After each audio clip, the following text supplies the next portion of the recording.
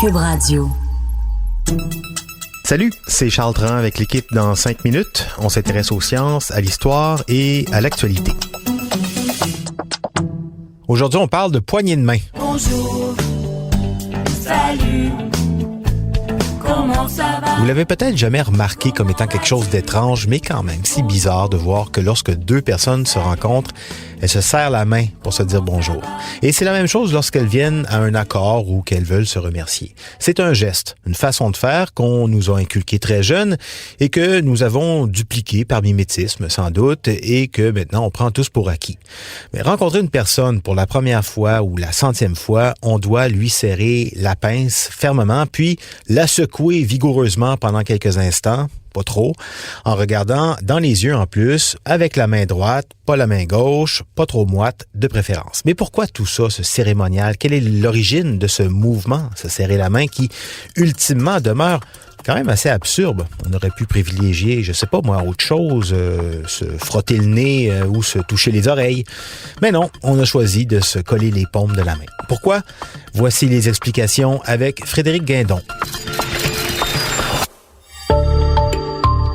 Des recherches archéologiques ont démontré que la poignée de main était déjà une pratique courante dans la Grèce antique, au 5e siècle avant Jésus-Christ du moins. En effet, des représentations d'hommes se serrant la poigne ont été découvertes sur des stèles funéraires, des bas-reliefs et des vases datant de l'époque où Socrate était occupé à élaborer les bases de la philosophie grecque classique. Ça fait donc longtemps qu'on se serre la pince.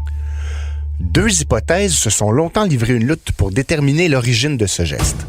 Deux hypothèses qui sont, en quelque sorte, complémentaires. Selon la première, puisqu'au temps des chevaliers, ces derniers étaient formés pour manier l'épée de la main droite, tendre cette main droite était un moyen de montrer que ses intentions étaient pacifiques et que l'on n'avait pas l'intention de dégainer son épée.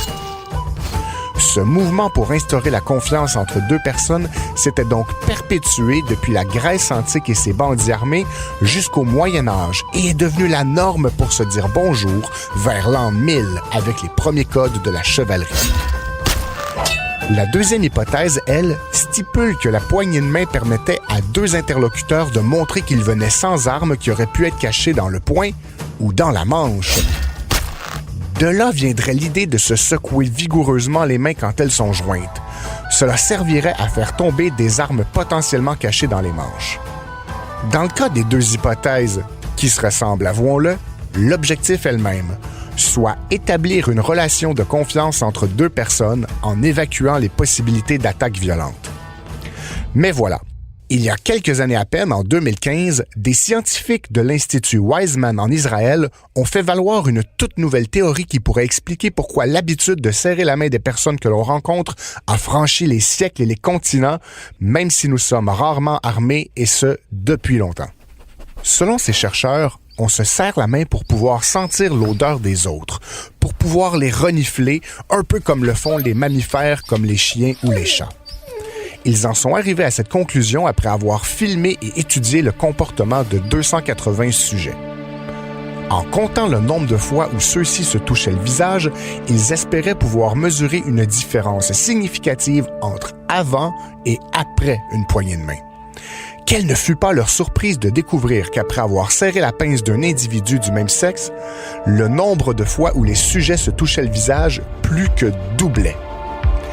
À l'aide de cathéters nasaux insérés dans les narines des cobayes et voués à mesurer la circulation d'air dans celles-ci, l'équipe du professeur Noam Sobel a pu établir que les participants à l'expérience ne faisaient pas que se passer la main au visage sans raison, mais qu'ils étaient bel et bien en train de la sentir.